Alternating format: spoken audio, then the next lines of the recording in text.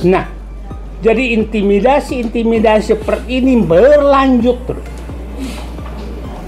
Jadi saya ingin menyatakan penangkapan Charlie Chandra itu adalah proklamasi dari PIK 2 menyatakan aku masih kuat dan kalian nggak bisa lawan saya. Itu proklamasi. Itu proklamasi bagi mereka. Jadi jangan anggap ini kasus sederhana. Ini kasus pesan PIK 2. Hai aparat, lakukan yang aku minta sekarang. Saya pikir perintah itu datang dari aguan dan dilaksanakan. Karena mereka sekarang ini betul-betul ingin menunjukkan giginya bahwa Charlie Chandra saja yang pemberani aku masih bisa hadapi. Dan ingat, penyidik yang muncul terus hanya satu. Siapa namanya? AKP Yan Hendra. Itu satu, dan itu juga yang melakukan hal yang sama di berbagai kasus yang dikriminalisasi. Orang itu juga. Jadi, mohon publik paham, penangkapan Charlie Chandra adalah proklamasi PIK 2 bahwa jangan coba-coba lawan saya karena polisi masih di tangan saya. Itu saya pikir proklamasi pesannya. Jadi jangan terlalu banyak kasus hukum. Nah, saya berharap dengan terbukanya di pengadilan nanti, itu kita buka semua apa yang terjadi.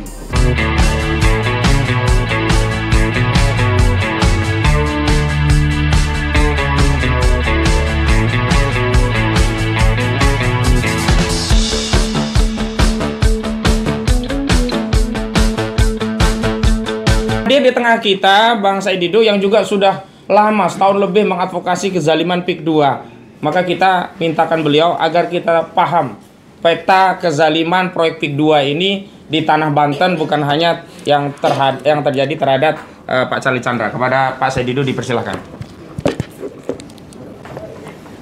Assalamualaikum warahmatullahi wabarakatuh.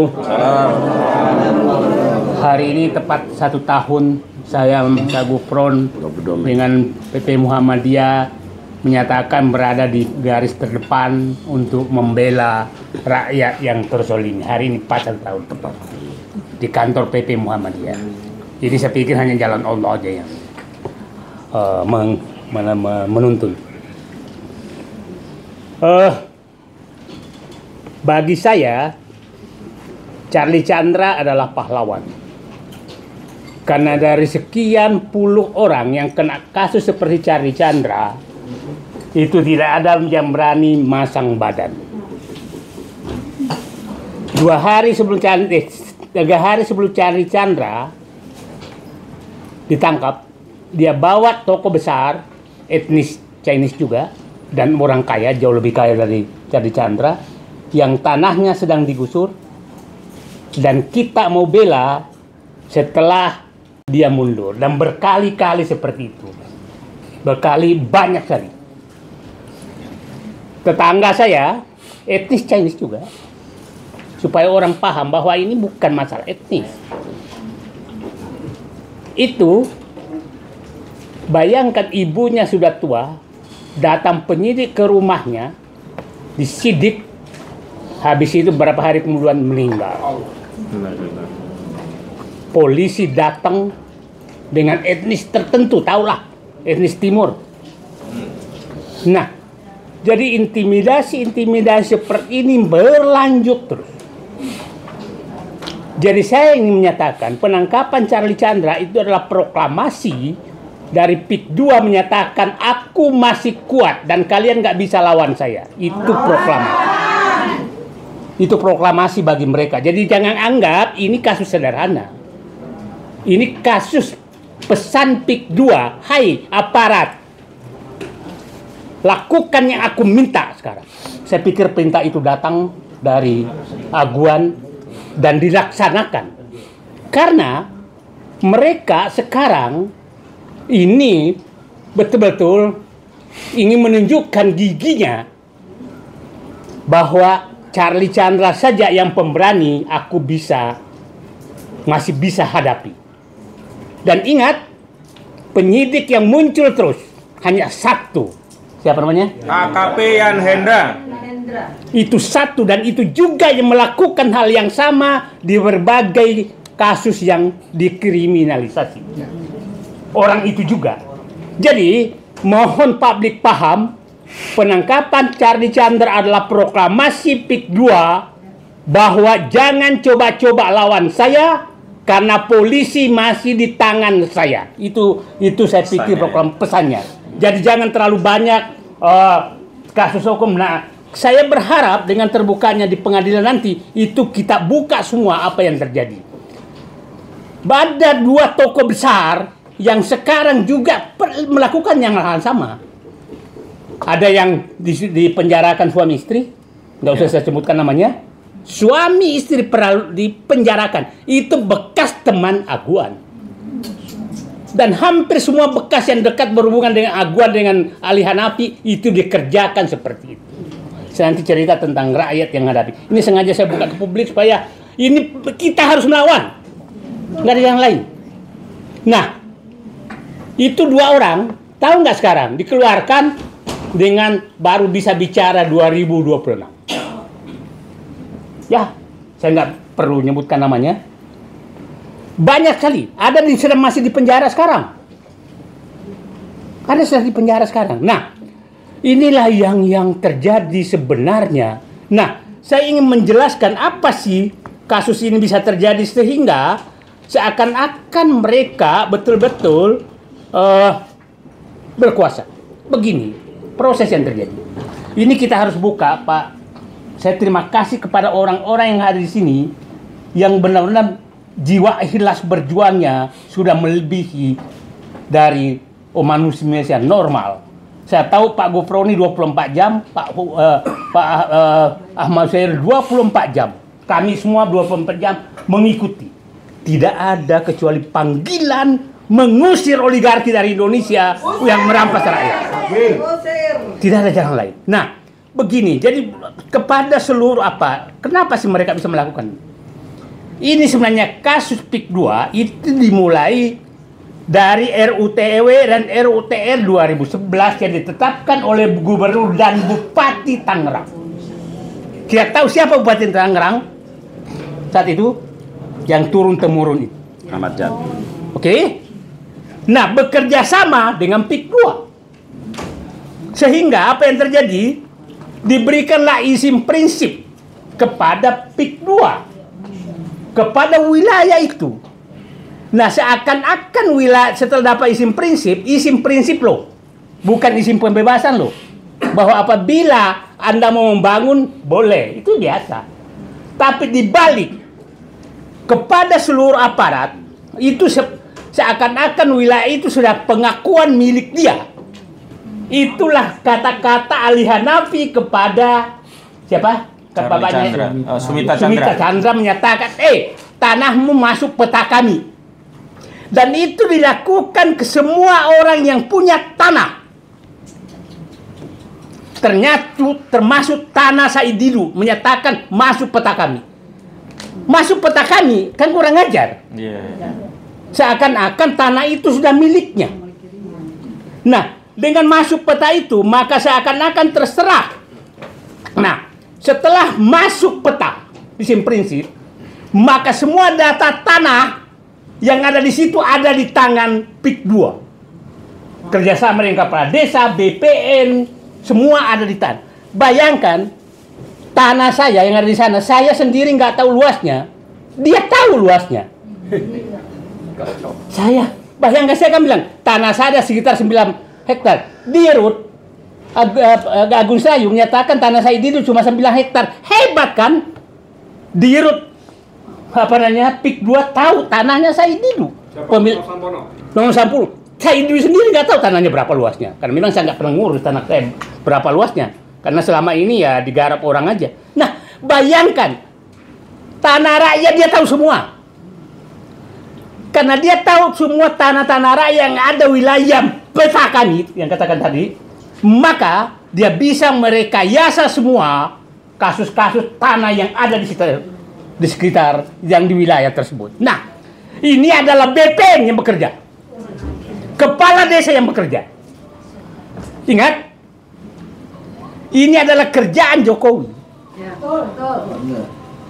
Ketua Abdesi itu, mantan ketua Abdesi yang mengusulkan 3 periode adalah tinggal di wilayah Desa Kosambi. Yang saat itu adalah Luhut menyatakan sebagai penasehatnya Abdesi tersebut. Jadi ini politik sangat besar sehingga kepala desa digerakkan untuk meneruskan kerjaan Jokowi. Setelah itu Jokowi memberikan PSN kepada PIK 2. Jadi ini bukan pekerjaan sederhana, ini adalah perampasan negara secara sistematis lewat Joko Widodo bersama Aguan, bersama Abdesi. Gantung Jokowi. Nah, jadi kita harus membacanya secara bahwa ini adalah politik yang sangat besar. Nah, saya lanjut. Setelah pengusaha menjadi penguasa lahan tersebut, maka semua data tanah itu dipegang oleh dia. Dan ingat, kalau kita sudah punya sertifikat, masa seluruh sejarah tanah itu ada di BPN. Kita nggak pegang lagi aslinya.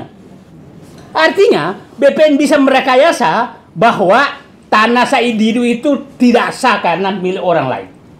Dan itu yang terjadi semua di wilayah Banten.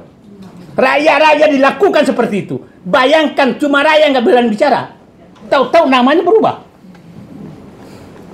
berubah. Nah, karena itu kekuasaan BPN. Jadi menurut saya, nah itulah yang terjadi. Yang terjadi Charlie Chandra juga seperti itu. Dan kasus lain seperti itu. Anda bisa bayangkan.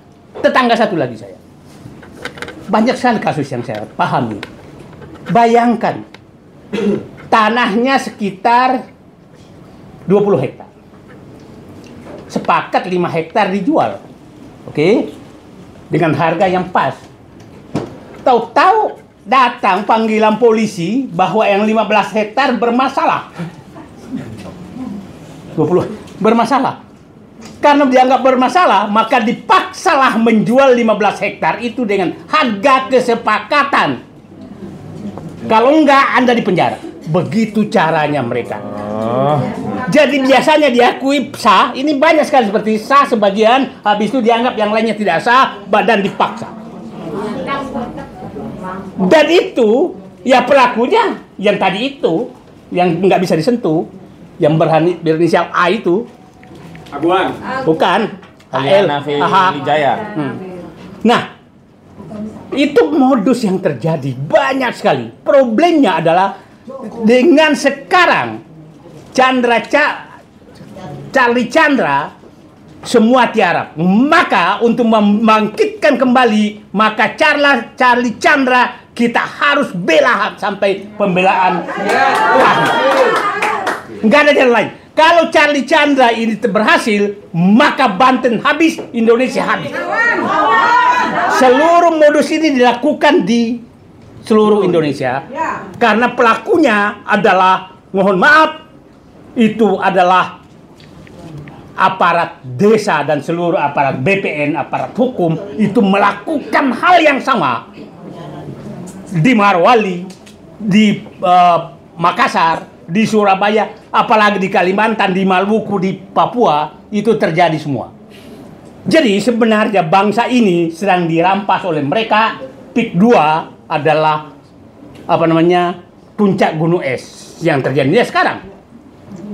Bapak bisa bayangkan sekarang malam sekarang ini masih tiap malam itu 11 kampung karena 2 benteng sekarang itu benteng bapak-bapak ini membela korban dan benteng kampung 11 kampung di 2 kecamatan itu beronda setiap malam karena sedang terjadi penggusuran oleh PIK 2 oleh mereka. Dan ini kalau itu jebol, maka seluruh wilayah lain akan jebol. Kalau Charlie Chandra jebol, maka semua perampasan hak tanah rakyat akan habis. Jadi itu dibacanya seperti jangan dibacakan ini kasus kecil, ini kasus yang sangat besar karena seluruh rakyat akan terancam. Nah, sekarang saya mohon maaf saya agak panjang bicara karena ini saya menganggap bagaimana cara mereka merampas tanah rakyat? Ada 8 cara yang mereka lakukan. Nanti saya bicara mohon izin lagi tadi bicara tentang bagaimana merampas aset negara. Ini, nah, ini 8 modus pengambilan paksa oleh PIK 2. 1. Dipaksa jual saat di rumah sakit, diatur oleh oknum aparat, notaris, dan pengembang. Datang ke rumah sakit. Tidak sedikit orang yang sedang sakit itu dilakukan hal yang sama, termasuk Pak Fuad, ini kan dibikin isu seakan-akan melarikan diri, padahal belum tersangka. Kok melarikan diri? Dan kita tahu pengacara yang dapat karpet merah terus sejak jualan Jokowi, kita tahu siapa dia. Dia laporkan semut pun, maka semut itu juga ditangkap. Iya, betul. Ya, jangankan orang, semut aja ditangkap. Semua dilaporin bisa ditangkap. Dan itu tidak lebih dari 24 jam semua ditangkap. Jadi jangan ada bisa membantah bahwa aparat pernah dibawa kendali aguan. Karena pengacara PIK 2 laporkan semut pun semutnya ditangkap. Itu betapa arogannya mereka. Nanti nggak usahlah ulama apalagi. Oke, yang kedua, dipaksa jual di kantor aparat dengan ancaman bahwa surat tanahnya palsu dan tumpang tindih.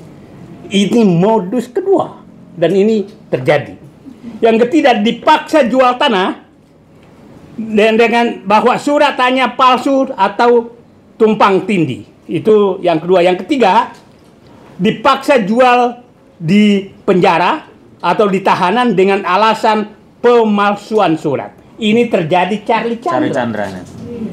Ini kan negosiasi bahwa udahlah, akui aja, jual aja. Jadi bayangkan, nah ini kasus pertama yang ingkrah sekarang, supaya publik paham. Bukan kasus kedua.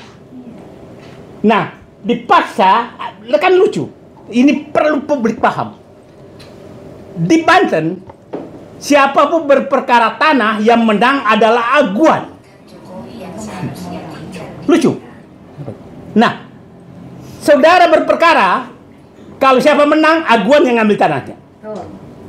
Berperkasi ada dengan tetangganya, aguan yang ngambil tanahnya. Lucu, yang berperkara orang lain tapi yang ngambil aguan.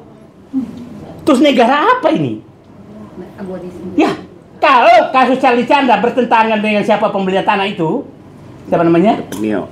Ya, yang mengakui? Dr. Mio. Ya, kalau dia menang yang dia dong dapat. Kenapa aguan yang dapat? Dipakai aja. Kasus Fuad juga begitu, kasus macam-macam begitu. Jadi semua orang berperkara, Anda berperkara dengan iblis pun di wilayah PIK 2, itu yang menang adalah aguan. Tanahnya diambil aguan. Aparat hukum harus mendengar ini, bahwa ini tidak masuk akal. Saudara berperkara karena diblokir aguan, tapi tanahnya kalau siapa yang menang, kalau kalah maka tanah masuk ke PIK 2. Ini logika mana? Harusnya tanahnya pindah ke saudaranya dong, bukan pindah ke aguan dong. Nah, ini logika mana gitu nih? Ini mohon maaf karena saya bukan orang hukum maka berpikir liar aja. Karena memang menghadapi orang liar harus kita berpikir liar juga. Nah, jadi sekarang sebenarnya semua perkara tanah di PIK 2, apapun perkaranya itu yang menang aguan. Terus negara ini mau diapain? Oke. Yang keempat, dipaksa jual di kantor pengembang dan disaksikan oleh aparat dengan ancaman bahwa ada masalah surat tanah. Ini kasus Chandra Charlie juga demikian, kasusnya seperti itu. Bayangkan Chandra Charlie Chandra datang ke kantor PIK 2, aparat polisi ada di sana. Polisi siapa itu? Ini ada di sana dan penyidiknya. Ini negara apa gitu loh. Nah, dipaksa oleh aparat desa dengan surat tanah tumpang tindih. Ini aparat desa, ingat di desa ya, di desa itu girik yang banyak. Dan itu betul di tangan desa. Dan ingat, semua kepala desa di wilayah Banten itu sudah betul-betul ujung tombak daripada PIK 2. PIK 2. Nah, jadi ya tadi saya katakan Ketua Abdesi Nasional itu yang mengusulkan Jokowi 3 periode. Itu deh Kepala Desa Kosambi.